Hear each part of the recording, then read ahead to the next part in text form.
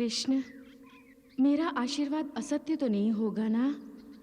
आप ऐसा क्यों पूछ रही हैं बुआ? आपका वचन सदा सत्य ही होगा। आपका वचन सत्य ही होगा माताश्री। दूसरों से क्या पूछना, मुझसे पूछिए। मैं इस संसार का सर्वश्रेष्ठ योद्धा हूं। आपका वचन मिथ्या ना हो, इसके लिए मैं साक्षात महाकाल से युद्ध कर सकता हूं माताश्री। नहीं पुत्र, तुम्हारी बातों से अहंकार की गंध आ रही है।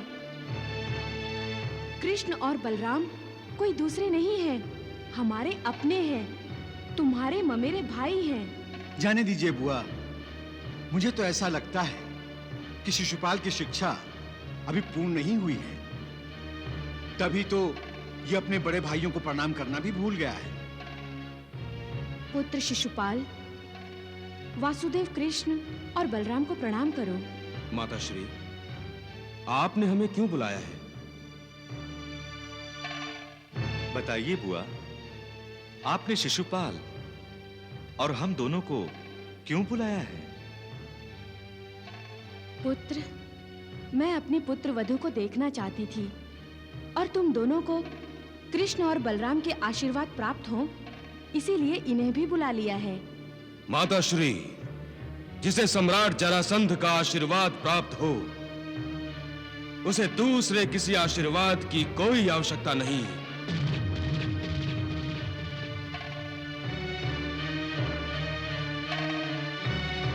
बुआ,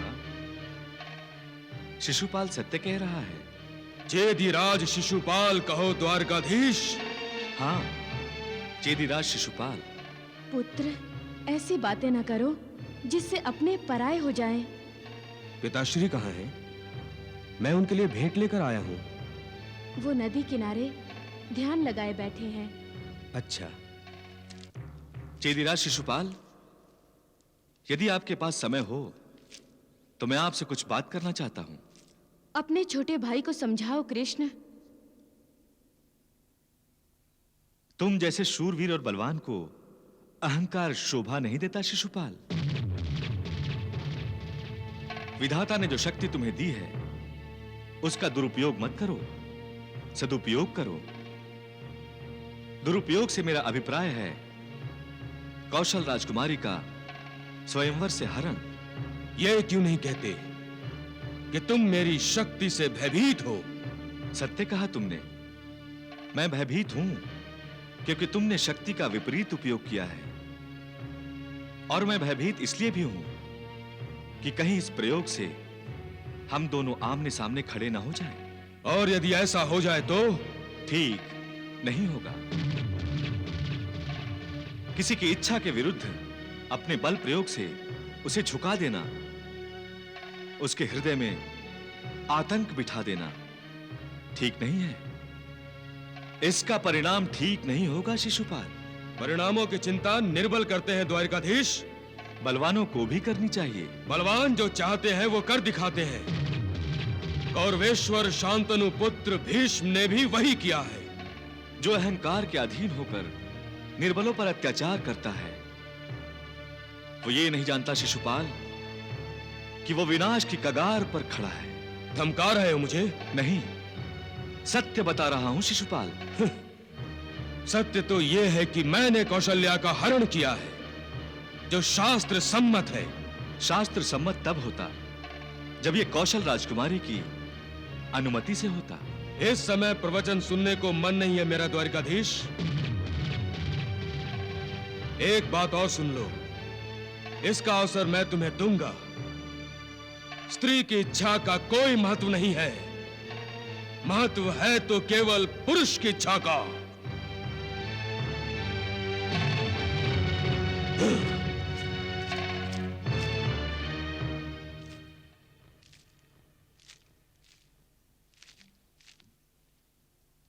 कुछ समझ में आया उसे? अरे, ये क्या कर रही हो? मैं अपने सुहाग की भीख मांग रही हूँ।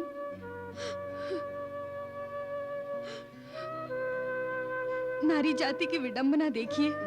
द्वारिकाधीश, वो चाहती किसी और को है और विवाह किसी और से करना पड़ता है।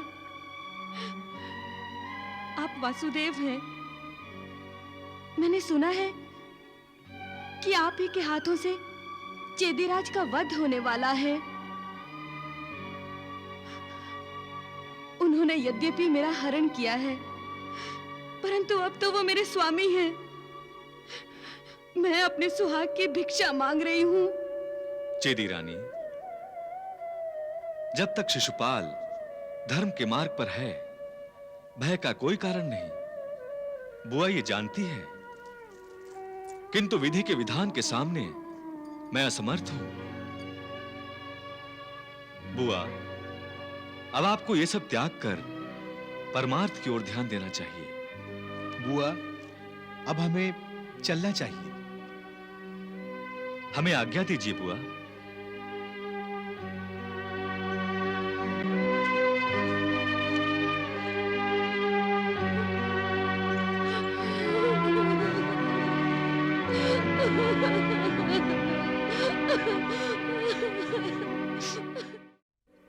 प्रभु, इतना अहंकार! शिशुपाल ने आपके अवतार श्री कृष्ण को प्रणाम तक नहीं किया।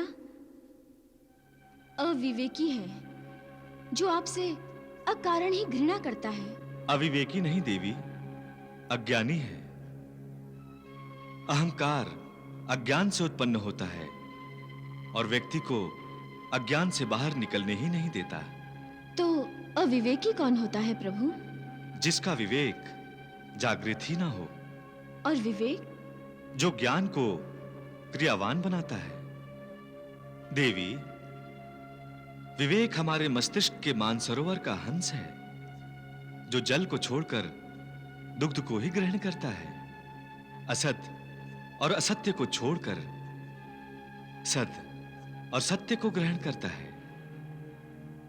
विवेक धर्म का वो हाथ है जिससे पुण्य कर्म किए जाते हैं। देवी, शिशुपाल जरासंध के अहंकार के खूंटे से बंधी हुई गाय है, जो उतनी ही दूर घूम फिर सकती है जितनी दूर रस्सी जाती है, और रस्सी भी जरासंध के स्वार्थ से बनी हुई। तो श्रुति देवा और दमघोष का अपने पुत्र शिशुपाल को शिक्षा प्राप्ति के लिए जरासंध के पास भेजना क्या उनका अविवेक था? आप क्या समझती हैं देवी? प्रभु, मेरे विचार में तो दमघोष और श्रुति देवा ने अपना भविष्य सुरक्षित रखने के लिए उसे सम्राट जरासंध के पास भेजा था। आप सत्य कह रही हैं देवी। उन्होंने ना अपने विवेक से काम लिया और ना ही अविवेक से। वो केवल उनका स्वार्थ था, और स्वार्थ की ओर आकर्षित होना अज्ञान है। यदि ऐसा न होता तो दमघोष और श्रुति देवा के संस्कारों से भरे आंगन में शिशुपाल रूपी असुर उत्पन्न न होता। देवी, किसी को सम्मान न देना, बड़ों का आशीर्वाद न ग्रहण करना, किसी को उसकी इच्छा के विरुद्ध बलपूर्वक हरण कर लेना, बिना कारण किसी का वध कर देना शिशुपाल का चरित्र बन गया है। जो अज्ञान से उत्पन्न अहंकार है, और अहंकारी के हाथ अधर्म की खड़क लग गई है। अब वो दिन दूर नहीं है देवी, जब शिशुपाल अपने 100 अपराध पूरे कर लेगा और वासुदेव श्री कृष्ण उसका अंत कर देंगे। मेरा अंत? वो भी कृष्ण करेगा? हाँ? मैं उसका अंत करूंगा, तुम देखना कौशल्या। नहीं स्वामी, द्वारिकाधीश तो अनंत है। हट! कौशल्ये, जो जन्मा है उसका अंत भी है, फिर कृष्ण अनंत कैसे हुआ? कहते हैं श्री कृष्ण का जन्म नहीं हुआ, उनका अवतार हुआ है। क्या प्रमाण है तुम्हारे पास?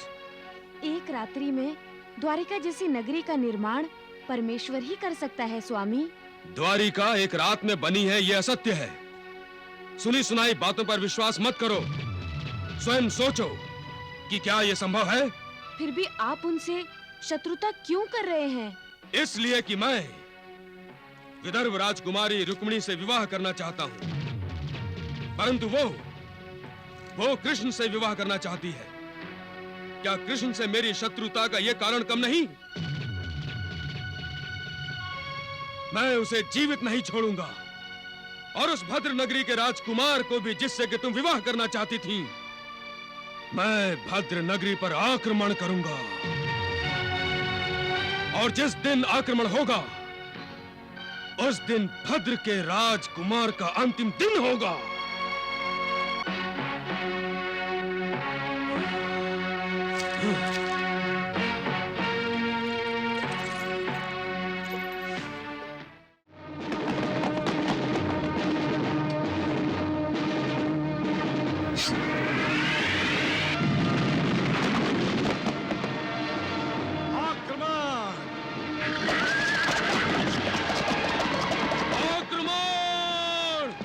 नगरी ध्वस्त कर दो।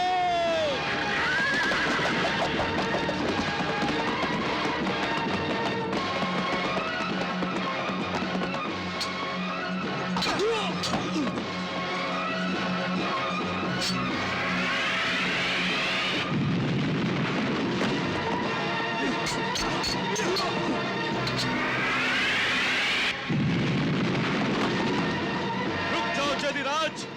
कौन? भद्र के राजकुमार। आपका स्वागत है।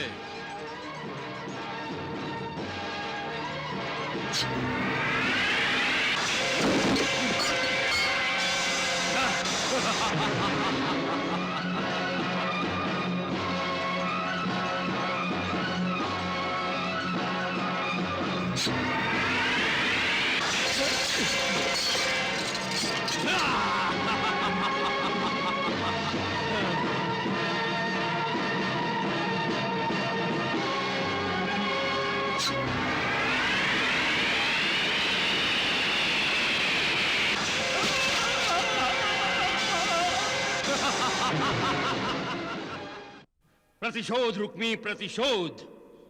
शिशुपाल ने अपने अपमान का प्रतिशोध लेने के लिए ही भद्र के राजकुमार पर आक्रमण करके उसका वध किया है। परंतु सम्राट, भद्र के राजकुमार ने तो शिशुपाल का कोई अपमान नहीं किया था। युवराज रुक्मी, कौशल्या का स्वयंवर रचाया गया था, ये जानते हो ना? हाँ सम्राट, ये भी जानता हूं। शिशुपाल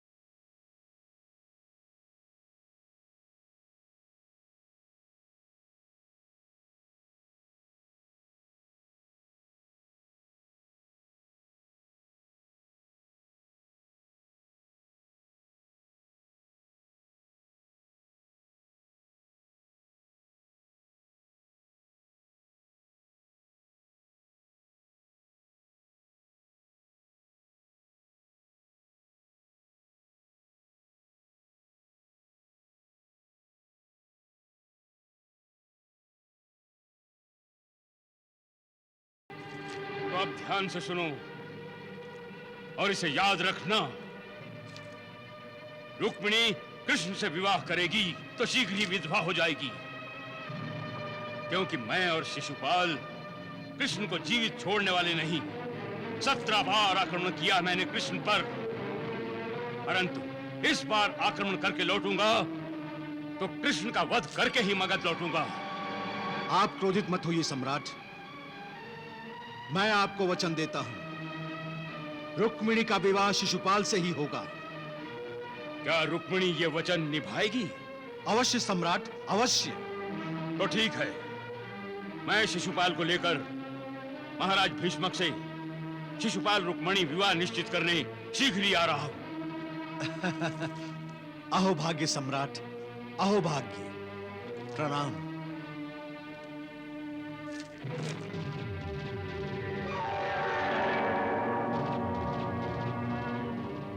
नहीं नहीं नहीं, ऐसा ना समझो कि मैं रुक्मिणी को भूल गया हूं। शिशुपाल के अंतःपुर में रुक्मिणी भी आएगी। इसके लिए मुझे विदर्भ ध्वस्त करना पड़ा तो मैं करूंगा। इतना बल है मेरी बाहों में। मैं चुप हूं तो केवल काका श्री सम्राट जरासंध के कारण। एक बात और कौशल्य, मैं उसे विवाह करके उसे चेदी देश लाऊंगा, मगर उसे रानी नहीं बनाऊंगा। तो वो इस राजभवन में रहेगी, मगर मेरी रानी बनकर नहीं, मेरी दासी बनकर। दासी।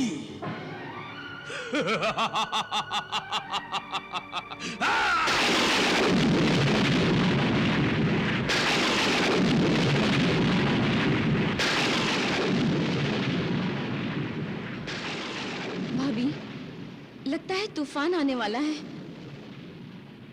आने वाला नहीं, आ रहा है, और उस तूफान का नाम है सम्राट जरासंध।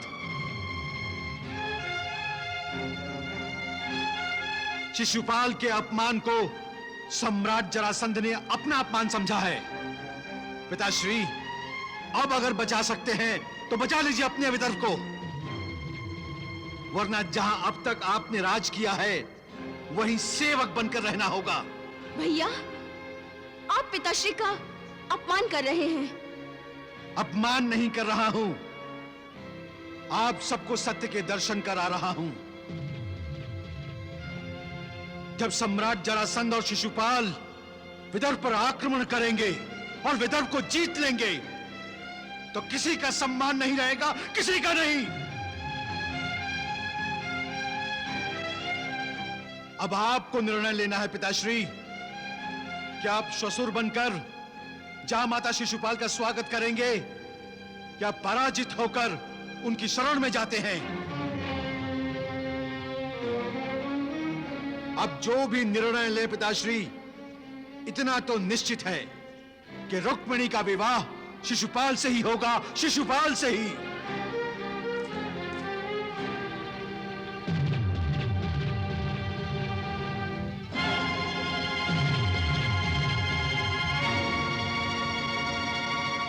पुत्री, इस तूफान से विदर्भ को केवल तुम बचा सकती हो।